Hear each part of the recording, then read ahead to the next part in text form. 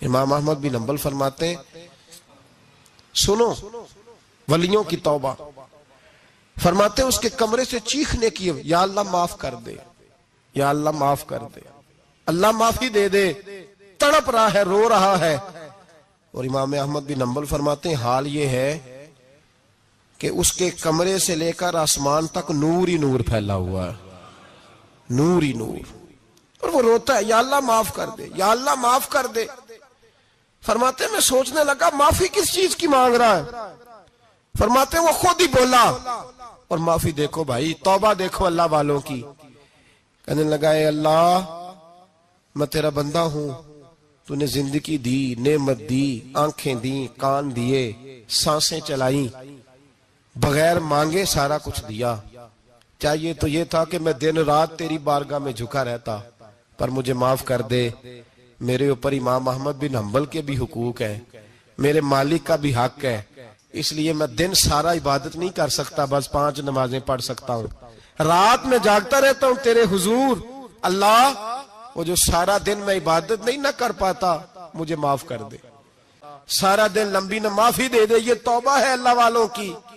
امام احمد بن حنبل فرماتے ہیں فجر کے وقت وہ میرے ساتھ مسجد گیا، میں نے اس کا چہرہ دیکھا، میں اس کو کونے میں لے گیا، میں نے کہا جا تو اللہ کی رضا کے لیے آزاد ہے، جا میں اپنے حق معاف کرتا ہوں، مکان تیرے پاس رہے گا، کھانا تجھے ملے گا، تو آزاد ہے۔ اس نے کہا حضور ہوا کیا؟ فرماتے ہیں جب میں نے کہا نا تو آزاد ہے تو کہنے لگا حضور کیا ہوا؟ فرمانے لگے رات میں نے تیری توبہ دیکھ لی ہے، توبہ دیکھ لی۔ امام صاحب فرماتے ہیں وہ پھر تڑپ کے رویا، سجدے میں سر رکھا، تو نے یہ کیا عجب کیا، مجھ کو بھی فاش کر دیا، میں ہی تو ایک راز تھا سینہ کائنات میں، میں سراپا مخزن راز تھا، میں رہا تھا مدتوں راز میں، یہ تیرا شوق دید کشاں کشاں مجھے بھی کھینچ لایا مجاز میں، اے اللہ پردہ ہی کھول دیا ہے تو نے، یہ عبادتیں، یہ توبہ، یہ ریاضتیں، یہ تیرا میرا راز تھا، اللہ تو نے پردے ہی کھول دیے، مہربانی کر مجھے پردہ پوشی عطا فرما، اللہ معاف کر دے، مجھے پردہ پوشی عطا کر۔ حضرت امام احمد بن حنبل فرماتے ہیں سجدے میں اس نے بلند آواز سے اللہ اکبر کہا، پھر وہ گرا، اس کی روح پرواز کر گئی، پرواز کر گئی، چلا گیا، رخصت ہو گیا۔ یہ عاشق کا جنازہ ہے، ذرا دھوم سے نکلے، محبوب کی گلیوں سے ذرا گھوم کے نکلے، سارا دن عبادت کر کے پھر بھی کہتے اللہ بخش دے۔ وہ نیکوکار ہونے کے باوجود توبہ کرتے ہیں، یہاں گناہگار ڈٹے ہوئے، ڈٹ گئے۔ توبہ بندے کو اللہ کے قریب کر دیتی ہے۔ حضرت سیدنا امام ابو مالک فرماتے ہیں میں غریب کا بیٹا تھا اور میری 6-7 بہنیں، میں اکیلا بھائی تھا۔ آپ فرماتے ہیں میرے ابا جی فوت ہو گئے، میری امی پکڑ کے مجھے ایک دھوبی کی دکان پہ لے گئی، کہنے لگی اسے کپڑے دھونے کا طریقہ بتا دے، سلیقہ سمجھا دے، یہ بھی ایک چھوٹی سی لانڈری کی دکان کھول لے گا، میری بیٹیوں کا پیٹ پالے گا۔ دھوبی کہنے لگا ٹھیک ہے، میں 2-3 درہم بھی دوں گا مہینے کے، اور جب کام سیکھ جائے گا تو تنخواہ بڑھ جائے گا۔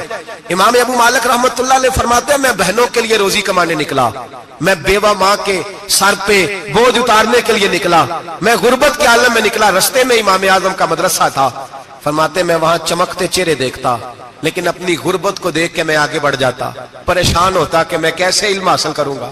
آپ فرماتے امام صاحب مجھے اکثر دیکھتے، ایک دن امام اعظم باہر نکلے، مجھے کھڑے ہوئے دیکھا تو قریب بلایا، سینے سے لگایا، ماتھا چوما، کیا نام ہے؟ میں نے کہا ابو مالک میرا نام ہے۔ کہا تمہیں پڑھنے کا شوق ہے؟ کہا بڑا شوق ہے۔ کہنے لگے چل آجا پڑھا کر، آجا مدرسے میں پڑھا کر۔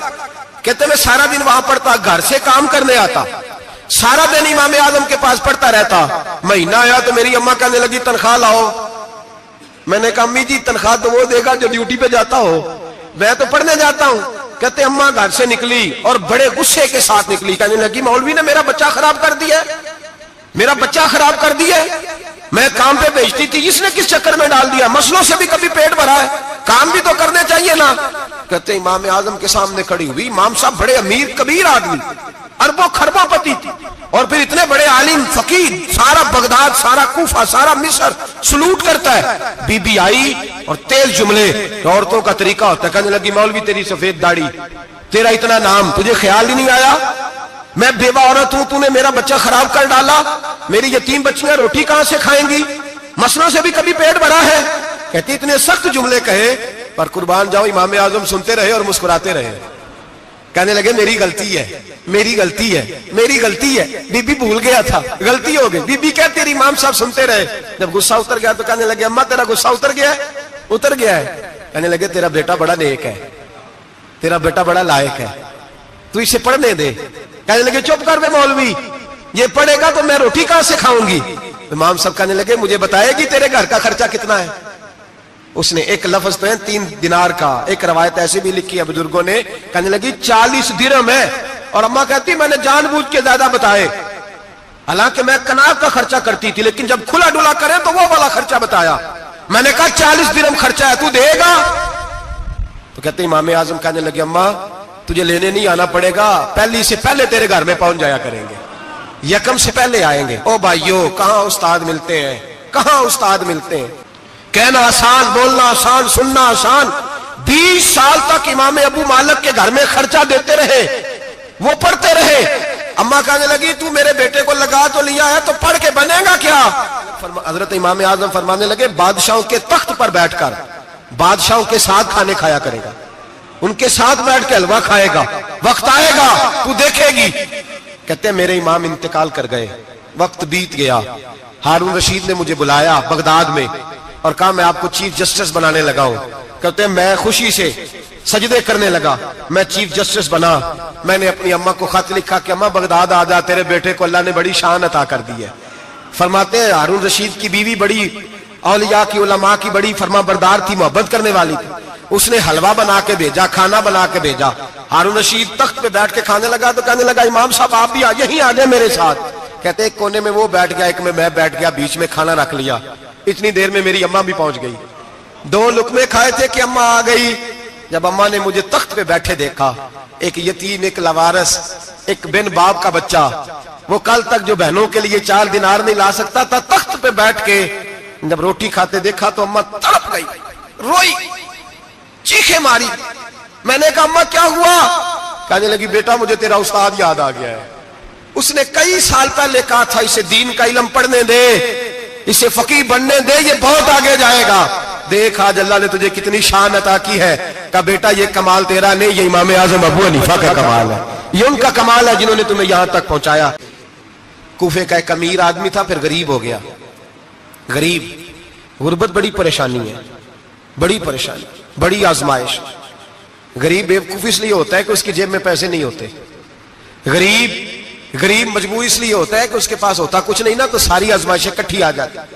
غریب آدمی تھا, محنت مزدوری کرتا لیکن پوری نہ ہوتی. وہ کہتا ایک دن گلی میں ککڑی بیچنے والا آیا, تو میری ایک بیٹی تھی چھوٹی سی, باقی بچے بڑے تھے. چھوٹی ضد کرنے لگی, کہنے لگی ککڑی کھانی ہے, ککڑی.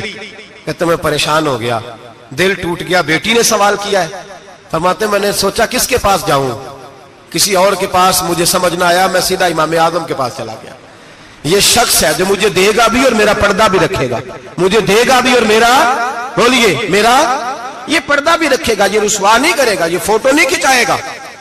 حضرت امام اعظم کے پاس گیا تو فرماتے رش بہت زیادہ تھا, میں امام صاحب سے بات ہی نہ کر سکا. واپس آ گیا, امام صاحب نے بندہ بھیجا, فرمایا پتہ کر یہ بندہ کسی ضرورت کے لیے آیا تھا, رش کی وجہ سے بات نہیں کر پایا. کہتے واپس میرے پیچھے بندہ بھیجا, وہ میرے گھر تک آیا. گھر آ کے اس کو حالات کا پتہ چل گیا, واپس گیا. کہتے ہیں 3 تھیلیاں اشرفیوں کی بھر کے امام اعظم لائے اور خود آئے اور رات کے اندھیرے میں آئے اور مجھے تھیلیاں دے کے نا تو میرے آگے ہاتھ باندھ دیے. میں نے کہا حضور ہاتھ کیوں باندھتے ہیں. آپ فرمانے لگے یار دکھ اس بات کا ہے کہ تو میرا پڑوسی تھا اور تیری غربت کا مجھے پتہ ہی نہیں چلا. تو میرے علاقے کا تھا اور میں نے سوچا ہی نہیں, میرا اپنا تھا, مجھے خیال ہی نہیں آیا. فرمایا معاف کر دے, میری شکایت نہ کرنا کہ یہ میری طرف توجہ نہیں کرتا. علم بھی تھا, عمل کا نور بھی تھا, تقوی کا حسن بھی تھا, غریب کی مدد کا جذبہ بھی تھا.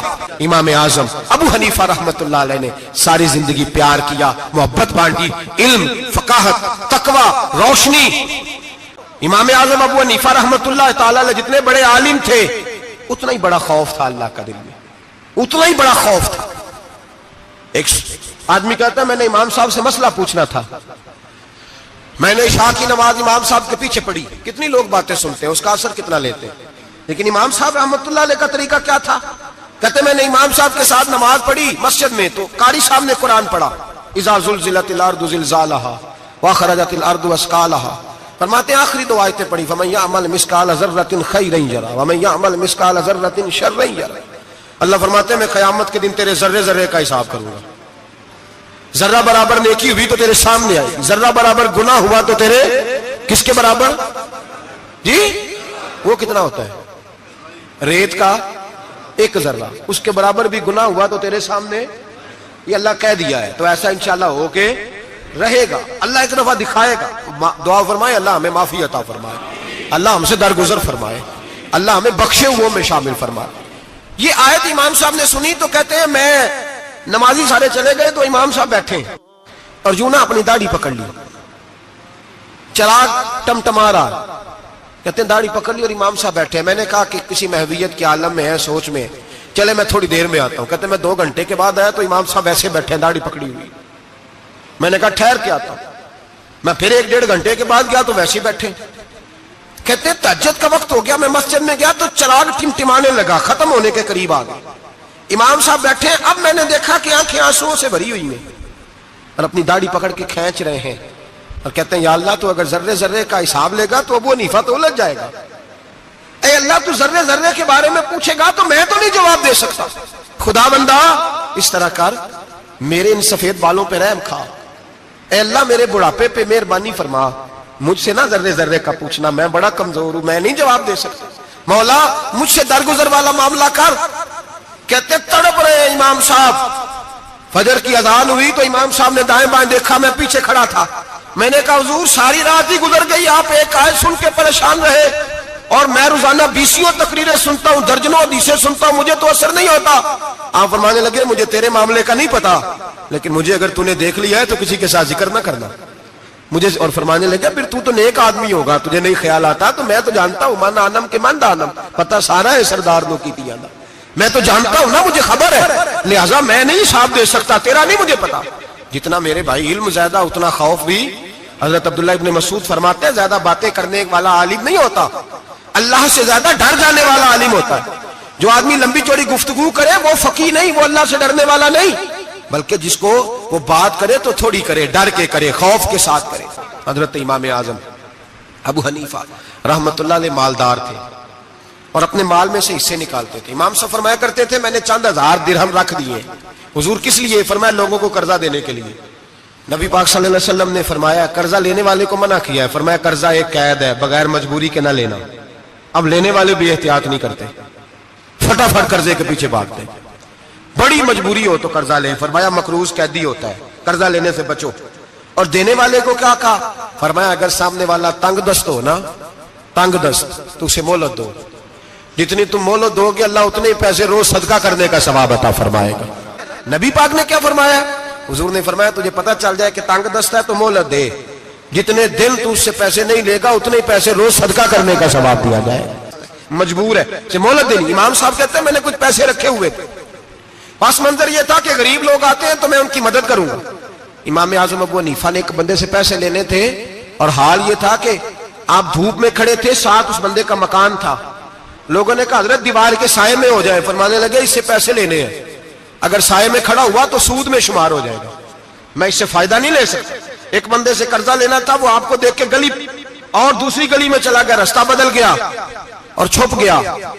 امام صاحب رونے لگے، کہنے لگے اے اللہ میں اتنا برا ہو گیا ہوں کہ تیرے بندے مجھ سے چھپنے لگے، اس کو ڈھونڈ کے لائے، کیوں چھپتا ہے؟ کہ حضور آپ کے پیسے دینے ہیں۔ آپ نے فرمایا جا میں نے اللہ کی رضا کے لیے معاف کیے، آج کے بعد چھپنا نہ، اس لیے میں نہیں چاہتا کہ تجھے کوفت ہو، تو میری طرف دیکھ کے چھپنے لگا ہے، میری طرف دیکھ کے۔ امام اعظم ابو حنیفہ رحمت اللہ تعالیٰ علیہ لوگوں کو سہولت دیتے، آسانی دیتے، پیار کرتے، محبت کرتے۔